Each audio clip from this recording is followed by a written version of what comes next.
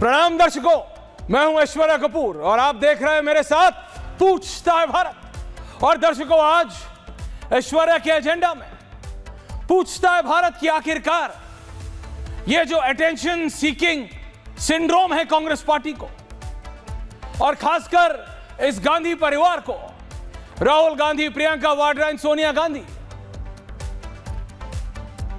ये चाहते क्या हैं?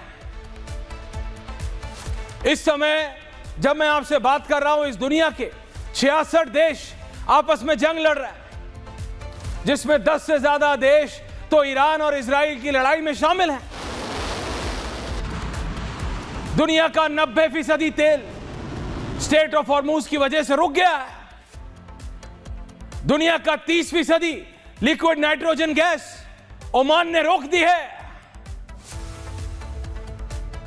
दुनिया का 40% क्रूड ऑयल जो गल्फ ऑफ ईडन से आता था वो रोक दिया। इजराइल ने पहले आयतुल्लाह खुमैनी को तो मारा, उसके बाद ईरान के दूसरे डिफेंस मिनिस्टर, जिसको 12 घंटे भी नहीं हुए थे, उनको मारा। ईरान कुछ नहीं देख रहा है। ओमान, कुवैत, दुबई मॉल में मार रहा है, बस अड्डे पे मार रहा है, हवाई अड्डे पे मार रहा है, बुर्ज अल अरब पे मार रहा है, बुर्ज खलीफा में मार रहा है, सड़क पे मार रहा है, हाईवे पे मार रहा है, एयरपोर्ट पे मार रहा है, रेलवे पे मार रहा है, हर जगह मार रहा है। त्राहिमाम में करोड़ों लोग मिडिल ईस्ट में इस समय भारत के फंसे हुए हैं। भारत के प्रधानमंत्री इजराइल के बेंजामिन नेतन्याहू से, संयुक्त अरब अमीरात के शेख मोहम्मद बिन जायद से, सऊदी अरब के क्राउन प्रिंस और मोहम्मद बिन सलमान से, बहरीन के राजा हमद बिन ईसा अल खलीफा, जॉर्डन के राजा अब्दुल्ला, ओमान के सुल्तान हैथम बिन तारिक, कुवैत प्रिंस शेख सबा अल खालिद से बात कर रहे हैं, कतार के अमीर से बात कर रहे हैं। Can I have that graphic? तो प्राइम मिनिस्टर, भारत के प्रधानमंत्री किस लिए बात कर रहे हैं? 8-9 देशों के प्रधानमंत्री, राजा, राष्ट्रपति किस लिए? ताकि जितने लाखों भारतीय बहरीन में हैं, लाखों भारतीय संयुक्त अरब अमीरात में हैं, लाखों भारतीय सऊदी में हैं, लाखों भारतीय जॉर्डन में हैं, ओमान में हैं, कुवैत में हैं, कतर में हैं। I have the numbers also, number भी हैं, वो भी दिखा दूंगा। ऐसे में जब पूरी दुनिया, ऐसे में जब सारी दुनिया लगी हुई है किसी ना किसी तरीके से अपने लोगों को मिडिल ईस्ट में, अरब की खाड़ी में सुरक्षित रखने के लिए, प्रायोरिटी नंबर 1, प्रायोरिटी नंबर 2, आपको समझ आ रहा है ना? दुनिया का 90% तेल रुक सकता है, और अगर परमानेंटली नहीं रुक सकता तो डिले हो सकता है, जिसकी वजह से हर देश को यह चिंता है, चाहे वो यूरोप का हो या अफ्रीका का, एशिया का हो या फिर अमेरिका, ऑस्ट्रेलिया हो या फिर न्यूजीलैंड हो, सबको चिंता है, सबको। ऐसे में प्रधानमंत्री, ऐसे में देश की सरकार ये हैंडल करे, या जैसा मैंने आपको पहले भी बताया, ईरान के बाहर अगर सबसे ज्यादा शिया कहीं है तो वो हमारे यहां है, हिंदुस्तान में है। हमको अपनी डोमेस्टिक सिचुएशन भी हैंडल करनी है, शांति से, प्रेम से, सद्भाव से।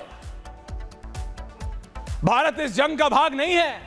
भारत ने अपनी सरजमीन को इस्तेमाल नहीं होने दिया है, रशीदी जी, अमेरिका और इजराइल के लिए। ऐसे में when we are playing a very very smart role to protect our own citizens, अपने देशवासियों को जो अरब की खाड़ी में, मिडिल ईस्ट में फंसे हुए हैं, उनको वहां सुरक्षित रखें। हमारे पास अगले 25 दिन का कच्चा तेल है, उसकी सप्लाई कैसे कंटिन्यू रखना है। आपको पता है दुनिया के मार्केट में अगर तेल पहले $100 था तो 125 हो चुका है, यानी 25% की बढ़ोतरी है सिर्फ 3 दिनों में। अगले 4 दिनों में कहा जा रहा है 45% से ज्यादा बढ़ोतरी हो सकती है, यानी जो पेट्रोल $100 का था वो 145 का हो जाएगा। आपको हम पे इस पे फर्क नहीं पड़ा है। क्यों? क्योंकि सरकार बफर है बीच में, सरकार झेल रही है अभी। किसी भी देश की अगर कोई अच्छी सरकार होगी तो वही करेगी। लेकिन इस सब के बीच में सोनिया गांधी का, प्रियंका वाड्रा का, राहुल गांधी का अटेंशन सीकिंग मोड ऑन हो जाता है, स्विच ऑन। मेरी बात कोई नहीं कर रहा। अरे अमेरिका कह रहा है कि हम ईरान को बर्बाद कर देंगे, आपको अपनी बात करनी है। इजराइल ने पिछले 12 घंटे में एक नया डिफेंस मिनिस्टर बनाया था। ईरान ने, बेंयामिन नेतन्याहू ने उसको भी मार दिया।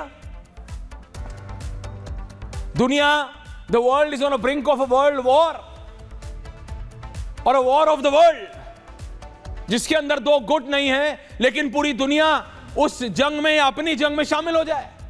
आपको लग रहा है जब ईरान ने कहा है कि पाकिस्तान अपना एयर स्पेस इस्तेमाल होने दिया है पाकिस्तान ने, तो अब तुम बचोगे नहीं। मरियम नवाज शरीफ ने क्या कहा, क्या मालूम है आपको? यह मालूम हो जाता है कि मरियम नवाज शरीफ के बारे में, किस शादी में वो क्या गई, क्या पहना। बहुत महत्वपूर्ण है जानना मरियम नवाज शरीफ ने क्या कहा है। वो अलग ही फोमो में है। वो कह रहे हैं हम अपनी अलग जंग के लिए तैयार हैं।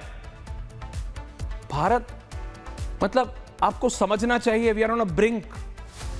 एक महीन सी लकीर है, वो क्रॉस होगी और आधी दुनिया इस जंग में शामिल हो जाएगी किसी ना किसी तरीके से। ऐसे में सोनिया गांधी को, ऐसे में प्रियंका वाड्रा को, ऐसे में राहुल गांधी को, फॉर गॉड सेक, गांधी परिवार के आगे सोचना चाहिए कि नहीं। कांग्रेस पार्टी की वो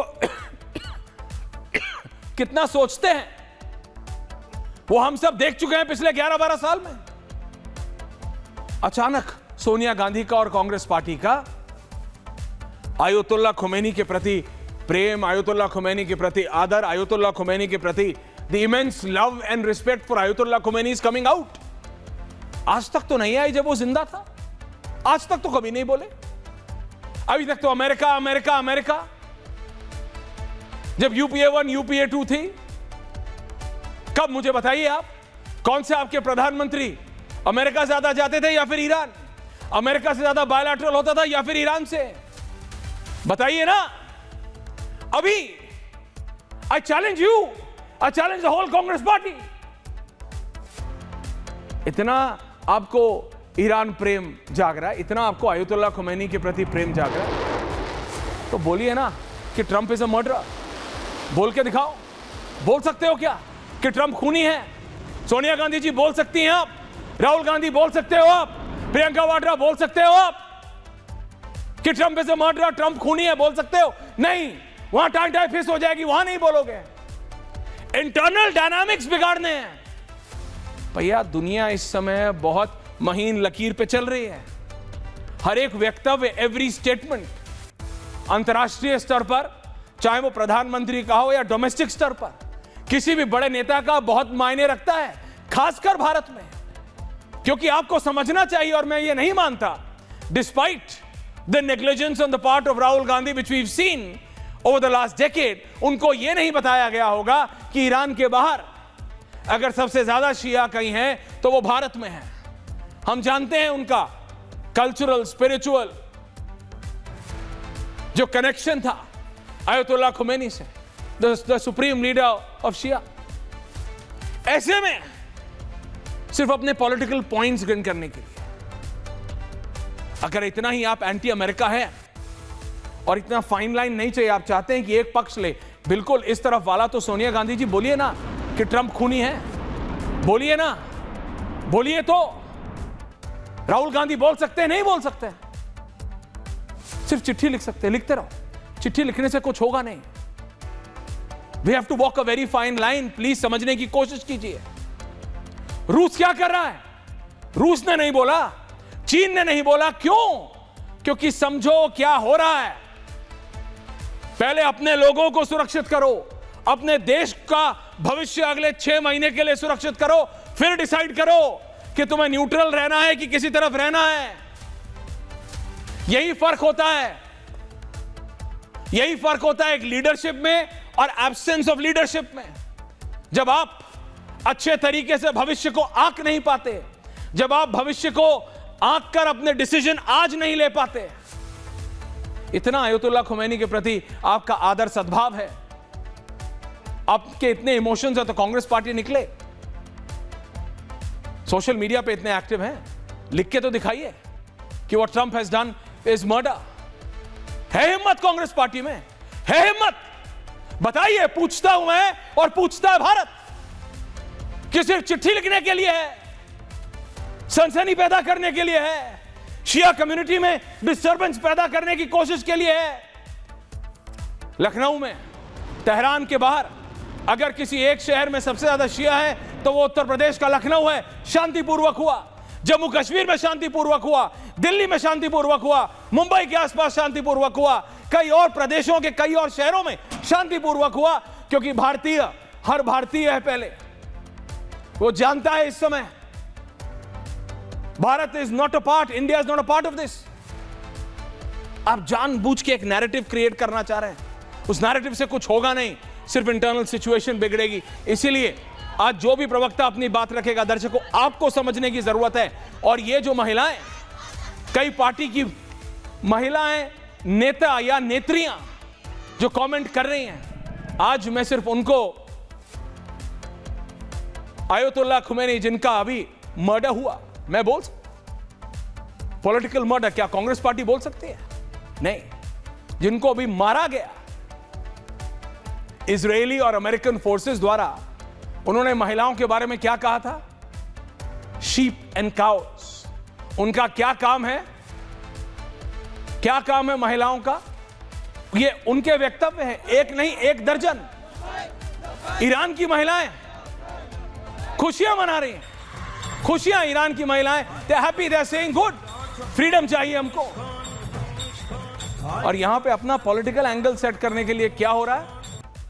we all can see. Special report and then we debate.